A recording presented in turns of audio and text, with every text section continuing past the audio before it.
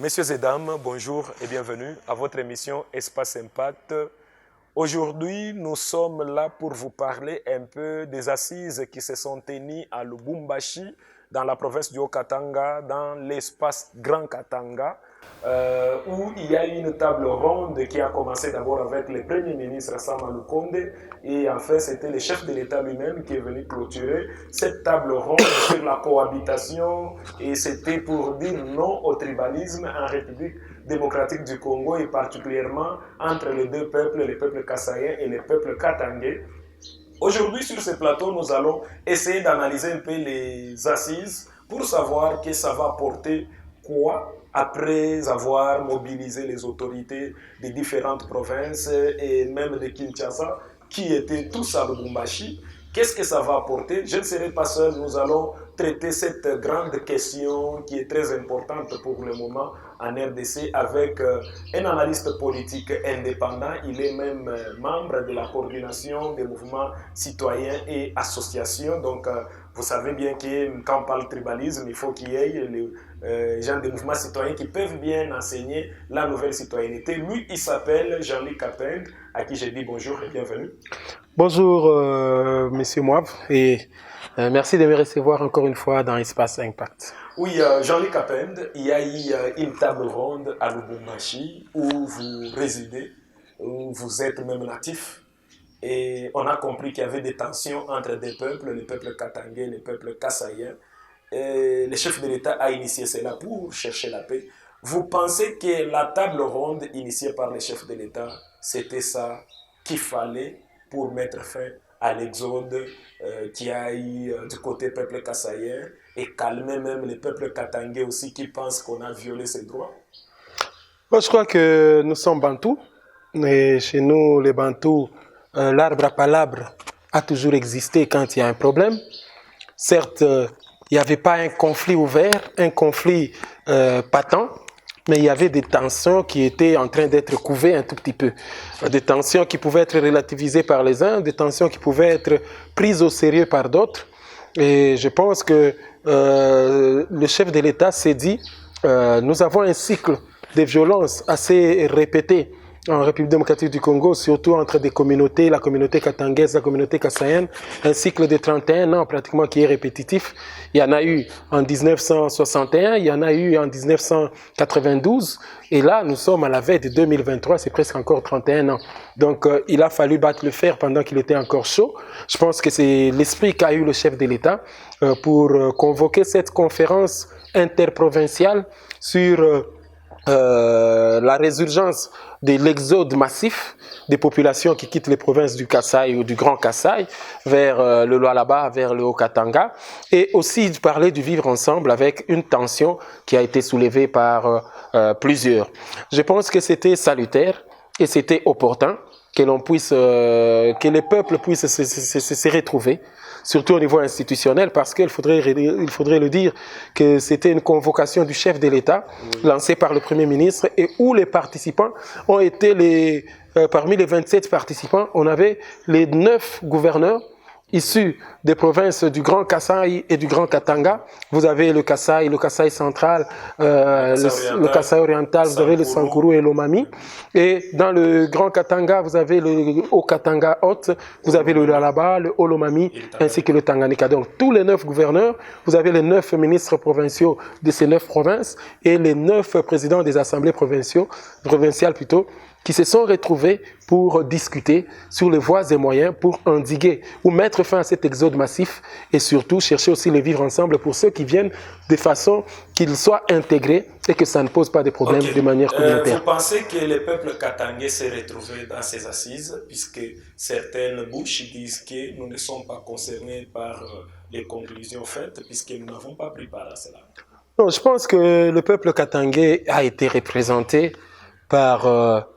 si on prend pratiquement sur les 27 participants à la conférence, nous avons pratiquement 12 qui sont du Grand Katanga, parce que le Grand Katanga a 4 provinces, oui. Donc a été démembré en 4 provinces. Donc vous avez les 3 du Haut-Katanga, les 3 du Lualaba, les 3 de l'Omami, du Haut-Lomami, les 3 de Tanganyika, ça fait 12. Donc ça fait déjà, et que les services ou le secrétariat technique était tenu par la province du Haut-Katanga, qui était l'hôte de la manifestation, de la conférence, je pense qu'on ne doit pas voir la chose dans le sens « j'y étais, je n'y ai pas été ». La question, c'est que c'est une conférence interprovinciale, institutionnelle. Donc c'est d'abord les provinces qui sont engagées. Ce n'était pas une table ronde où on pouvait... communautaire. Non, c'était plutôt... Puisqu'on a vu la fondation katangaise qui s'est dit qu'elle n'était pas concernée par les résolutions, puisque... Non, il faut que nous allions dans les fondements de l'invitation qui a été lancée par la présidence de la République ou par la primature qui a lancé la conférence. C'est une conférence interprovinciale, donc entre les provinces. Donc, ce sont les dirigeants des provinces qui étaient concernés. Et les autres entités, les forces vives, ont été... aussi comme participants seulement. Pas comme participants, ils ont été consultés.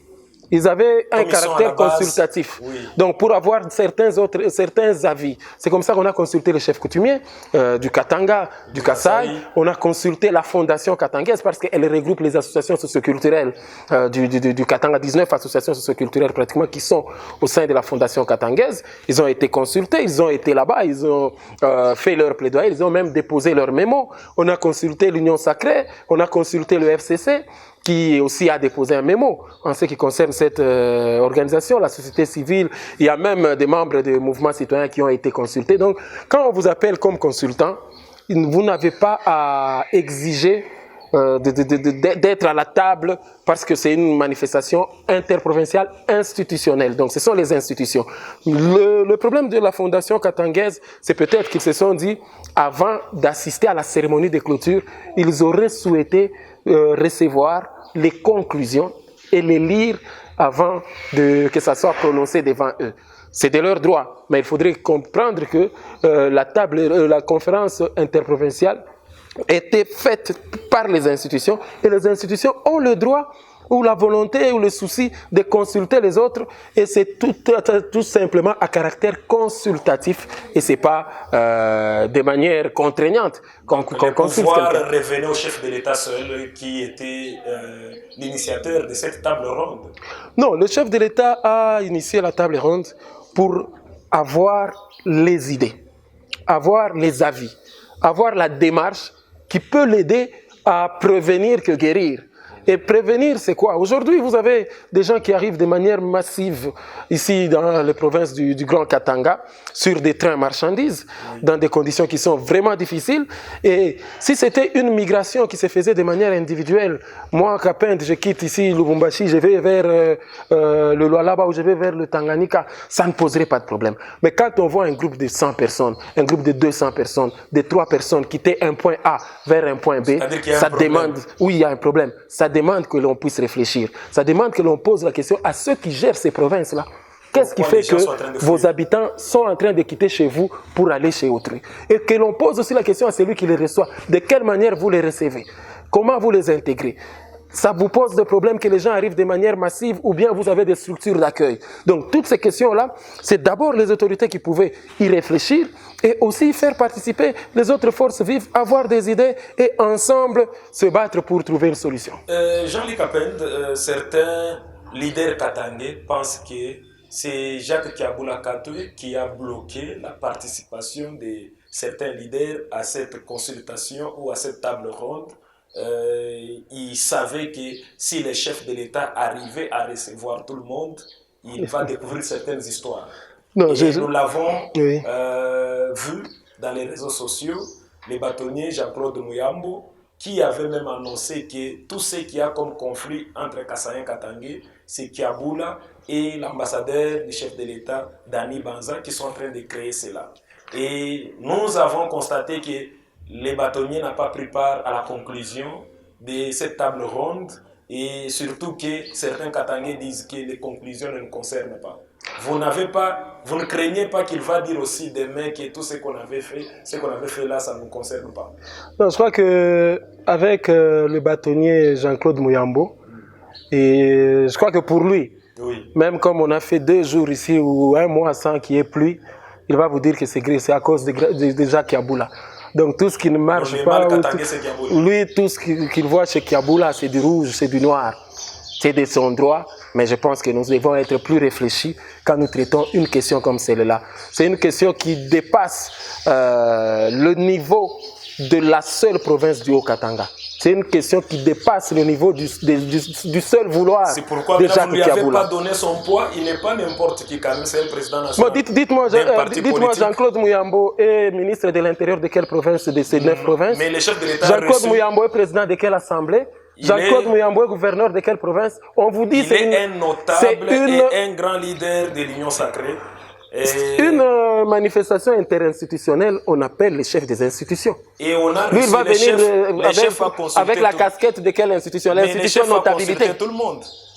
Quel chef? Le chef de l'État, il a consulté non, tout le monde. problème, les gens sont dans le flou. Chose grave. C'était pas le chef de l'État qui est venu consulter. Écoutez, vous avez dit que le secrétariat technique était tenu par la province du Haut-Katanga. Exact, comme province haute. Donc, c'est-à-dire Jacques Yaboula Katoué. Non, c'est pas Jacques Yaboula.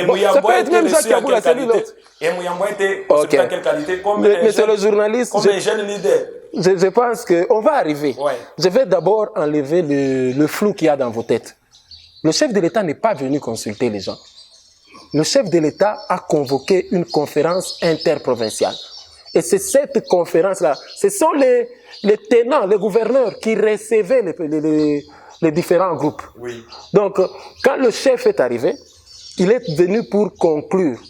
Et profitant de son temps et de ses pouvoirs régaliens, il a voulu avoir quelques aspects. Et toutes ces personnes-là qui sont allées le voir, lui-même a gardé secret de tout ce qu'il a reçu comme recommandation. On vous appelle pour parler de la question Katangé-Kassayenne. Vous voulez aller parler des routes. On vous appelle pour parler de l'exode massif. Vous voulez aller accuser sur quoi? C'est ça le problème. On n'a pas de courant. Alors qu'on veut résoudre les problèmes qu'il y a au Kassai, qui fait fuir les gens au Kassai. On vous dit que le problème est de sous-développement. Oui. Et que c'est ça qui fait fuir les gens là-bas. Mais vous voulez dire aussi encore, ici il y a des problèmes. Résolvons le problème qui se pose. C'est ça même la maturité des responsables. Le chef de l'État peut recevoir qui il veut, à tout moment. Mais le secret de ces interviews, le secret de ces entretiens lui revient. Peut-être que quand il a reçu les jeunes leaders, où on a vu Jean-Claude Mouyambo et d'autres... Et vous voyez comment vous avez humilié Jean-Claude Mouyambo? Qui l'a humilié? Il a été reçu, il avait son badge, il est entré. Et vous le mettez comme un jeune leader katangé. Mouyambo n'est pas un jeune leader. Bon, je ne pense pas que ce soit le secrétariat technique qui l'a reçu parce que la clôture... qui a programmé les protocoles. Le protocole. Qui a fait les protocoles. Les consultations étaient terminées à la veille de l'arrivée du chef de l'État. Donc le secrétariat technique avait conclu... Mais vous venez de dire que Mouyambo a été reçu par le chef de l'État. Il a été reçu par le chef de l'État, mais le secrétariat technique ne l'a pas reçu. Là, c'était le programme de la présidence. Ça, c'est le programme, donc la volonté du chef de l'État qui peut recevoir qui il veut. Ce n'était pas la peur de Jacques Yaboula que Mouyambo, peut-être, si on l'alignait. Mais on va l'aligner sous quelle casquette? Il n'est ni ministre, il n'est ni député. Il est président national d'un parti politique. C'est quel parti? SCODE, c'est un grand parti national. Ah, vous connaissez le nombre de partis politiques qu'il y a au Congo? Mais si on devait recevoir tous les 400 partis politiques pour cette conférence, peut-être qu'aujourd'hui on n'aurait pas fini.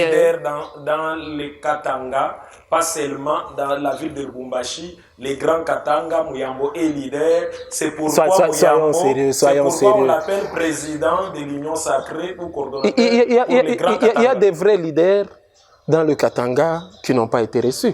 Pourquoi vous n'en parlez pas? Vous parlez de Moïse, par exemple. Non, Moïse n'a pas Pourquoi lui ne se plaint pas? Peut-être n'a pas manifesté la volonté d'y aller. Ah, lui, Mouyambo a manifesté la volonté. Auprès de qui? Non, mais on a vu même l'accueil, il a accueilli son chef. Non, mais le chef de l'État, quand il vient, tout le monde peut l'accueillir. Donc vous pensez que tous ces mondes-là qui sont allés là-bas doivent être consultés? Il y a certains députés nationaux aussi qui disent qu'ils n'ont pas été reçus. J'ai vu un élu de Kipushi qui a écrit même sur les réseaux sociaux, il dit que est-ce que vous savez que les députés nationaux a tout le temps possible de rencontrer le chef de l'État à tout moment quand il veut? Et pourquoi bloquer les gens? Donc c'est-à-dire qu'on a bloqué même certains députés à rencontrer le chef de l'État. Qui va bloquer? Le chef de l'État a un bureau à la Cité de l'Union africaine qui a un protocole, qui a un service de réception. Son bureau était amené à Lubumbashi. Là où il est, c'est tout un bureau. Vous savez, les institutions, il faut les comprendre. Oui. Quand nous devenons députés, quand nous devenons ministres, quand nous devenons bourgmestres, quand nous devenons chefs de rue, nous devons comprendre le fonctionnement des rouages et le fonctionnement de la politique et des institutions. C'est tout un cours pour ceux qui font les sciences politiques et administratives. Le chef de l'État, quand il vient, il a un agenda. Donc vous devez être casé dans son agenda. Quand on convoque une conférence, il y a un programme, il y a des termes de référence qui sont retenus. Vous ne pouvez pas venir vous greffer. C'est une conférence où on parle de route, vous avez un problème d'agriculture, vous voulez qu'on vous reçoive. Non, ce n'est pas une kermesse où tout le monde peut venir et on le reçoit comme il se doit. Nous, par exemple, on n'a pas été reçus. Mais quand nous voyons les autres qui ont été reçus et qui ont évoqué des points qui font évoluer la question, le traitement de la question ou la résolution du problème, nous applaudissons. Ce n'était pas une occasion où le chef de l'État doit réussir tout le village, non. Oui, l'interprovincial, l'institutionnel, soyez dans les institutions. Que Jacques le bâtonnier Mouyambo se batte, prochainement il peut passer député, il peut être président d'une assemblée, il peut être gouverneur. Le jour où on va organiser cette conférence, on n'aura même pas à aller le chercher. Il sera des droits membres de cette conférence, parce que je pense que ce n'est pas la seule occasion. Donc vous voulez dire qu'il se bat d'abord à être président d'une assemblée? C'est comme ça. Ok, Jean-Luc Kapende, je vous ai posé au début... Vous avez parlé du député au Kipushi, tout ça. Est-ce que la question se pose pour Kipushi? La question se pose pour les gens qui quittent des Monédi tout. Mais les gens... Les gens qui quittent Monédi tout, certains sont à Kipushi. Ah bon? Oui, est-ce que vous pensez qu'ils sont seulement à Lubumbashi? Ils sont où? Est-ce que lui, en tant que député, est-ce qu'il a posé ce problème des gens qui sont venus du Kasaï, qui posent problème à Kipushi? S'il n'y a pas de problème et que ces personnes-là se sont intégrées comme il se doit, pourquoi ça va inquiéter? Ça n'inquiète personne quand les personnes s'intègrent, quand il n'y a pas de tension, quand les gens vivent en harmonie. Donc quand nous nous marions entre nous-mêmes. Seulement à Lubumbashi avec les maires de Lubumbashi et Lauriane Mwewa, à Kipushi, il n'y a pas de problème. Ça, c'est encore des manipulations des politiciens, parce que l'histoire de la tension entre le maire et les motards n'a rien de tribal, n'a rien de province.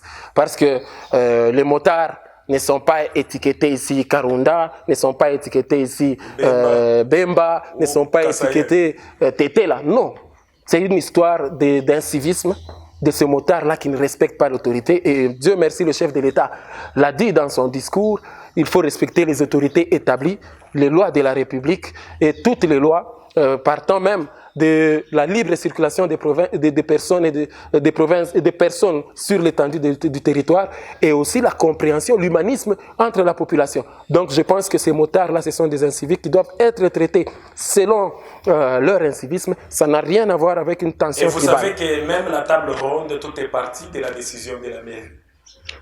C'est possible, mais ça peut ne pas être cela. C'est d'abord la décision de la mairie qui a créé des tensions. Quelques heures après la déclaration de la députée Inamizi, et tout est parti comme ça. Et c'est comme ça qu'on a dit que cette fois-ci, il y a que des dames, il faut pas les Katanga à présenter les dames. Mais sur le journaliste, là, il ne faut pas prendre la chose à son milieu. Cette histoire n'a pas commencé avec l'histoire du maire de la ville. Ça a commencé quand? Cette histoire a commencé il y a plus d'une année ou de 2 ans. Déjà, il y avait des petites frustrations ici. Voilà. Tout ça, c'est parti. Donc, ce sont des faits qui ont pris du temps. Vous avez suivi, par exemple, l'honorable Pablo Ngwej, relever que l'Assemblée provinciale l'avait souligné il y a 2 ans, dans une de ses plénières, qu'il fallait déjà que l'on commence à traiter cette question. C'est pour vous dire que ça n'a rien à voir avec le maire de la ville. Et pour moi, je reste convaincu que c'est une affaire des politiques qui cherchent de la récupération, qui sont en train d'anticiper le tableau électoral, le cliché électoral, et qui veulent instrumentaliser certains jeunes, qui veulent instrumentaliser certaines personnes pour que l'on puisse amplifier cette tension. Et c'est une tension qui est, d'après moi, faible, qui peut être résolue avec le dialogue, avec la sensibilisation, avec la compréhension entre nous qui sommes tous Congolais et qui vivons sur cette terre du Katanga. Jean-Luc Kapende, la table ronde, on a clôturé tout. Et il y a beaucoup de gens qui n'ont pas pris part à cette table ronde. C'est normal, ce n'était pas une table ronde ouverte. Pas seulement Jean-Claude Mouyambo, il y a des grands leaders du Katanga, Joseph Kabila Kabange. Il n'est pas concerné, il est sénateur à vie, donc il n'est pas gouverneur, il n'est ni ministre ni député. Alors que vous savez que l'Église catholique, par le biais de son représentant en province, l'archevêque Muteba Mugalu, avait initié qu'il y ait une réconciliation entre Katangais. C'est-à-dire qu'il avait compris qu'il y a un problème entre Katangais. Mais au travers de cette table ronde, on devait prendre les grands leaders du Katanga. Tous les Katangais aujourd'hui se reconnaissent en Joseph Kabila et Moïse Katumbi comme leurs leaders, puisque Kyungo Koumanza n'est plus. Et tenir une très grande rencontre. J'espère que vous avez fait un sondage où la conclusion vous a dit tous les Katangais ont choisi tel comme leader. La majorité se reconnaissent en Joseph Kabila et Moïse Katumbi. C'est sur base de quel critère objectif, quel indicateur que vous l'avez dit. Maintenant, l'absence de ces grands leaders, vous ne trouvez pas que tout ce qu'on peut faire comme résolution, ça ne peut pas aboutir facilement?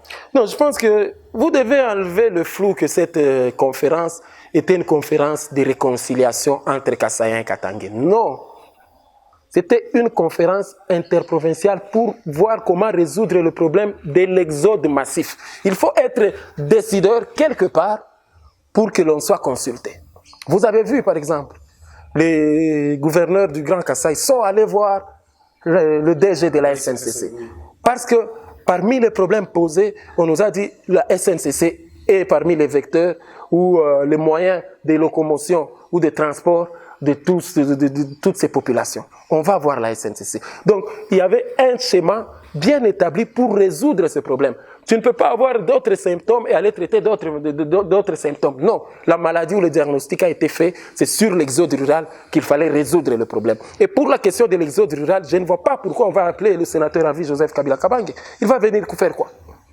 Ce sont les gestionnaires. Vous qui gérez la province de Lomami, par exemple, avec Mweneditu comme point de départ, comment vous faites? Comment vous gérez le flux migratoire de ces populations qui quittent de là, qui entrent vers le Haut-Lomami ou vers le Lualaba?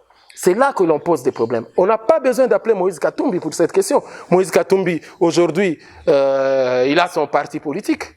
C'est un parti politique qu'il est en train de mettre, d'installer sur le pays, mais il n'a pas de décideurs qui sont gouverneurs de province, il n'a pas de décideurs qui sont ministres de l'Intérieur, il n'a pas de décideurs qui sont peut-être présidents de l'Assemblée. S'ils l'étaient ou s'ils le sont, ils ont été invités. Donc c'est le cadre dans lequel il faudrait que nous puissions rester. Quand on parle de la réconciliation katangaise avec Monseigneur Fulgence Mouteba, là c'est une autre chose. Et là aussi, je vous prends à témoin. D'ici là, après le 19, vous verrez qu'il y aura des frustrés. Parce que comment ça? Monseigneur lui-même n'a invité que 75 personnes. Et vous allez demander que tous les villages viennent là-bas. Oui. C'est ça le problème, mais il y a 75 personnes seulement. C'est 75 personnes, c'est juste une question de représentativité. Les Katanga, combien de communautés? Ah, il y en a beaucoup, hein. Mais là, il faut que toutes les communautés soient représentées. On ne peut pas amener tout le monde pour parler d'une question. Même quand on est allé à Sun City. Ce n'est pas tous les partis politiques qui sont partis. Même dans l'opposition, là, on avait choisi. On choisit opposition toujours. Armée, opposition c'est là armée. Que je vous dis. Il y aura toujours des frustrés qui diront non, moi on ne m'a pas appelé parce que Monseigneur ne s'entend pas bien avec X. Parce que Monseigneur, non. 75 participants seront à la conférence de réconciliation. Peut-être que Moïse Katumbi, peut-être que Joseph Kabila ne seront même pas là. Mais ils peuvent se faire représenter. Ils peuvent même ne pas y participer, mais accepter les résolutions de cette conférence. C'est ça la grandeur. On ne cherche pas à faire le troubadour, on ne cherche pas à faire le folklore, de se présenter partout avec des macarons, avec des photos qu'on met sur WhatsApp, sur les réseaux sociaux, pour dire aux gens que nous avons participé ou nous avons donné des idées. Le problème, c'est amener des vraies idées. Parce que la plupart des gens qui sont partis, ou qui réclament de ne pas être reçus, ou qui ont été reçus, à part les photos, qu'est-ce qu'ils vous ont dit de consistant qu'ils ont fait comme proposition pour résoudre ce problème qui se pose? Ils ont gardé des photos à publier sur les réseaux sociaux. C'est juste la photo, vous avez été à côté du chef de l'État, vous avez mangé, vous avez été dans la salle. La photo avec Kabila, la photo avec Tshisekedi, pour dire que... Et ils ont des albums photos avec toutes les autorités, mais... il manque des albums photos avec la population qui vit juste à côté de sa maison pour laquelle il est intervenu pour un bienfait. Jean-Luc Kapend, la presse quinoise aussi se plaint. Je vois le président de l'ILPC Kinshasa, Jean-Marie Kassamba, qui dit que la presse n'a pas été associée à ces assises. Et je dis aussi oui, parce qu'on n'a pas vu la presse être considérée et on devait prendre des journalistes. Comme il l'a évoqué, il a dit qu'il y a des grands journalistes à Kinshasa qui sont des journalistes kassaïens, katangais, qui pouvaient aussi participer à ces assises-là pour donner un peu du punch à ce travail qui s'est fait. Maintenant, le faire sans la presse, vous pensez que ce sera une réussite? On a écarté beaucoup de gens, il a cité le nom des politiciens et autres, et il a dit que la presse n'a pas été associée à ces grands Je crois que notre aîné Jean-Marie Kassamba a perdu une belle occasion de se taire. Comment ça? Parce qu'il veut défendre les journalistes? Non, il n'a pas défendu les journalistes. Il est allé dans des stigmatisations qui n'ont rien à voir avec ce qui a été organisé. Monsieur Moivre, oui. La table ronde ou la conférence interprovinciale parle de l'exode massif des populations qui quittent Mweneditu, qui quittent Chikapa, qui quittent Kananga, qui quittent Kabinda, oui. Vers Lubumbashi, vers Kolwezi, vers Likasi. Vous voulez appeler Willy Kalengai qui est à Kin? Oui, là c'était Willy Kalengai. Oui, j'ai suivi. Vous voulez appeler Willy Kalengai qui a déjà mis 15 ans ou 30 ans à Kinshasa pour qu'il vienne faire quelle proposition? Moi, j'aurais aimé que Jean-Marie Kassamba dise qu'on n'a pas associé la presse de Lubumbashi, qu'on n'a pas associé la presse de Mweneditu, qui de Mbujimaï, peut-être qui fait des reportages sur ce sujet. C'était pas une kermesse, une foire internationale de Lubumbashi où les gens pouvaient quitter à Kinshasa, venir faire des kawama, des coupages ici et bouffer de l'argent. Il arrive même à nous dire, oh, une grande chaîne comme nous, on n'a pas été appelé. Mais une grande chaîne comme RTL, qui est à, c'est pas Lubudi, Radio Télé Lubudi par exemple, elle ne peut pas venir. Il faudrait que l'on appelle Jean-Marie Kassamba qui vient de là. Lui qui est président de l'UNPC, il juge que sa chaîne est plus grande que les autres. C'est une violation de notre déontologie, pour ceux qui sont journalistes comme moi. C'est une violation de l'éthique. Aujourd'hui, nous sommes déjà au niveau de la liberté de presse. Vous trouvez qu'il y a plus de journalistes qu'un autre. Je trouve que président de l'IMPC. Vous êtes président. Or, un président, c'est quelqu'un qui protège. C'est quelqu'un qui doit marquer sur la solidarité. C'est quelqu'un qui doit marquer sur l'unité, l'union de tous les journalistes. Est-ce que les journalistes de Lubumbashi elles-mêmes, vous les avez bien considérés? La considération. Puisqu'il paraît à quel niveau? Parce que moi j'ai vu. Écoutez, il paraît qu'il y a eu un briefing que le ministre Mouyaya a tenu avec Jacques Kiaboula et le gouverneur de Kasaï, Piemé. Oui. Après le briefing, l'argent qu'on a donné et les journalistes qui étaient là, quand on te dit les montants se sont donnés, 23 000 francs. Non, je crois que il faudrait pas que c'est ça la considération qu'on donne aux journalistes. Et dans les coulisses, on apprend que le chef de l'État, quand il a rencontré son parti politique, ça on ne confirme pas, mais il paraît que tous ces gens-là qui étaient là, chacun a eu ses $300. Je ne voudrais pas que la considération, je ne voudrais pas que la considération dont Jean-Marie Kassamba était en train de parler soit reliée à l'argent que les journalistes devaient recevoir. Non. La considération du journaliste dont nous pouvons réclamer, c'est peut-être que le journaliste aussi expose, que le journaliste donne ses idées, mais pas dans le sens du traitement, du kawama ou du coupage que le journaliste aurait reçu. J'ai suivi le briefing. D'ailleurs, ça m'a... j'ai quand même, il fallait relever quelque chose, j'ai quand même noté une certaine maturité, une certaine sagesse de la part des deux gouverneurs. Le gouverneur Piemé qui m'a vraiment surpris agréablement. Mis à part l'interview qu'il avait faite le jour de l'arrivée du chef de l'État, mais la manière dont il a posé le problème et la manière dont il est en train d'entrevoir les résultats de cette conférence, je sens que c'est quelqu'un qui est mature et qui a la maîtrise du travail qui a été fait. Quand vous suivez le gouverneur Jacques Kiaboula, la concision, la précision et même la façon dont il est méticuleux, en traitant toutes les questions qui lui ont été posées par les journalistes qui étaient dans la salle, ça montre qu'ils ont maîtrisé la question et ils ont ce souci. Alors que Kiaboula, souvent, il n'aime pas faire des interviews. Bon, les interviews, c'est de son droit, mais il faudrait dire, pour rester dans le contexte, que les résolutions de cette table ont recommandé aussi qu'il y ait plus de communication des leaders. Des communications des gouverneurs. Par exemple, vous savez, quand Jacques Kiaboula dit à un Luba du Kasaï ou à un habitant de Chikapa, ne viens pas chez nous, ne pose pas de problème chez nous, et que ça arrivait dans les oreilles de celui de Chikapa, il risque de le prendre mal, que quand c'est Piemé qui le dit. Oui. Quand c'est Piemé lui-même, son gouverneur, qui lui dit, comme il l'a dit hier, c'est bien que nous venions ici, mais faisons un effort quand nous faisons notre trafic, rentrons chez nous, allons construire ou allons développer, allons créer des emplois. Ça passe mieux que quand c'est quelqu'un d'autre. Donc je pense que les gouverneurs ou les leaders institutionnels qui ont participé à cette table ronde ou à cette conférence ont compris ce sujet de la communication. Oui. Et la communication dans a été la communication faite. de Kiaboula, je voulais revenir. Oui, Oui. Il y a un problème. Jacques Kiaboula a révélé qu'il y a 750 militaires ou policiers plutôt qui sont à Lubumbashi, dans les Hauts-Katanga. C'est pas Jacques Kiaboula qui l'a révélé, c'est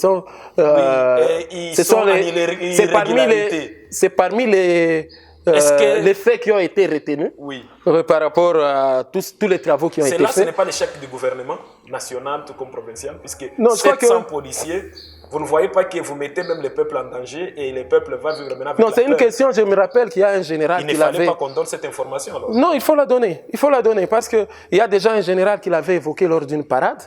Le général de la police ici de Lubumbashi, le colonel Lunga, oui. L'avait déjà évoqué lors d'une parade qu'il y a une multitude de policiers qui sont venus d'autres provinces, qui sont ici sans feuille de route et qui sont en train de travailler ou qui cherchent à travailler sans qu'ils ne soient répertoriés. Et c'est un problème sérieux qu'il faut relever pour trouver une solution. Vous savez, il y a des gens, moi j'en connais, des officiers, qui étaient ici dans la province du Haut-Katanga, qui ont été mutés dans le Kasaï, qui ont été mutés dans le Bandundu, dans l'Équateur, qui ne sont pas partis. Ça peut être aussi ce type de cas-là.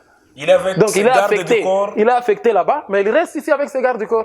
Il vous dit, je reste mon garage, non, je ne peux pas aller là-bas. Moi, je suis commandant PCR, on m'envoie à l'Odja où il n'y a que 3 vélos. Comment je vais avoir mon argent? Il préfère rester ici. Il y en a beaucoup de ces cas-là. Donc ce sont des cas qu'il faut traiter. Quand on cherche à traiter un problème...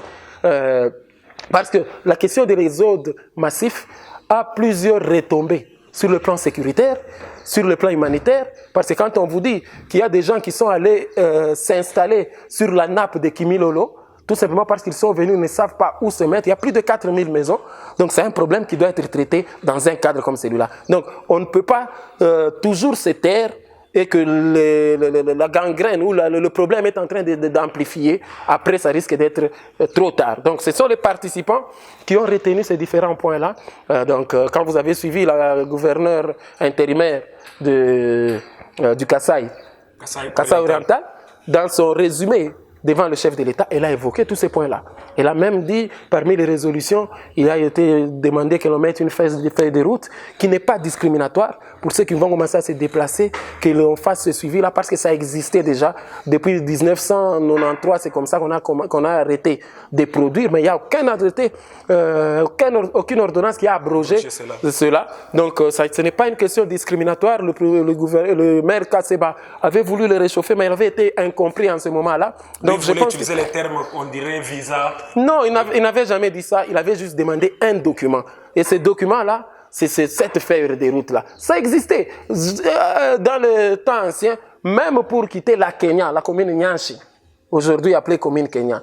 Pour atteindre le centre-ville, il y avait un document qu'on donnait. C'est pourquoi l'avenue Likasi s'appelait l'avenue limite sud, parce que c'était la limite de la ville. Donc pour accéder à la ville, il fallait avoir un document qui était il fallait avoir une raison. Vous avez le droit de circuler, mais il faudrait quand même qu'il y ait une raison. Il faudrait que l'on gère le flux migratoire. Il faudrait que l'on gère le déplacement des personnes. C'est tout à fait normal dans la gestion de la communauté. Jean-Luc Apende, nous sommes arrivés à la fin de cette émission. Je ne sais pas si vous avez un mot. Non, je dois demander à la population d'être toujours positivée. J'ai suivi différentes tendances, différentes interventions, mais tout le monde converge dans le même sens, que nous sommes tous Congolais et que nous devons avoir un vivre ensemble, une cohésion sociale qui servira de capital social pour que nous puissions développer notre pays.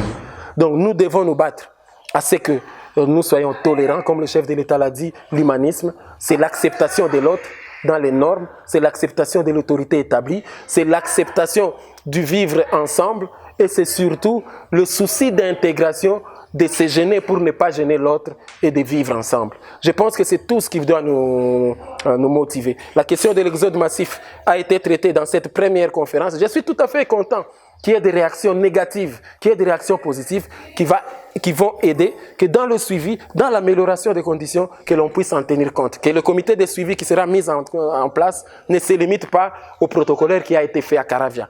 que l'on puisse continuer, on pouvait peut-être mettre un comité de suivi et de pilotage qui peut recevoir d'autres recommandations et aller dans le prochainement, l'on s'améliore. Donc, ça ne sera pas la dernière. Prochainement, que les journalistes quinois soient aussi pris en compte. Non, je pense que les journalistes quinois, peuvent venir couvrir, c'est de leur droit. Donc, quand vous êtes une grande chaîne, vous pouvez payer les titres de voyage pour vos journalistes, ils viennent couvrir. Mais c'est une question, moi je plaide peut-être pour les journalistes du Kasaï, qui connaissent les réalités, qui pouvaient venir, les journalistes du Grand Katanga, qui connaissent les réalités, qui pouvaient venir, pas nos amis de Kinshasa, pour venir prendre de l'argent et repartir. Et vous laissez les moindres qui font le travail tous les jours, et quand ils viennent, ils prennent beaucoup d'argent, ils partent. Même si vous aussi, nous aussi, des fois nous faisons pas. Donné combien, c'est compliqué. Messieurs et dames, nous sommes arrivés à la fin de cette émission. C'était avec plaisir qu'on vous l'a présenté. J'ai recevé sur ce plateau Jean-Luc Kapend, qui est un analyste politique et membre de la coordination des mouvements citoyens et associations. C'était sur la conférence interprovinciale avec l'exode massif qu'il y a entre les peuples, donc qui est du côté Kasaï, qui viennent au Katanga. Merci beaucoup et à la prochaine.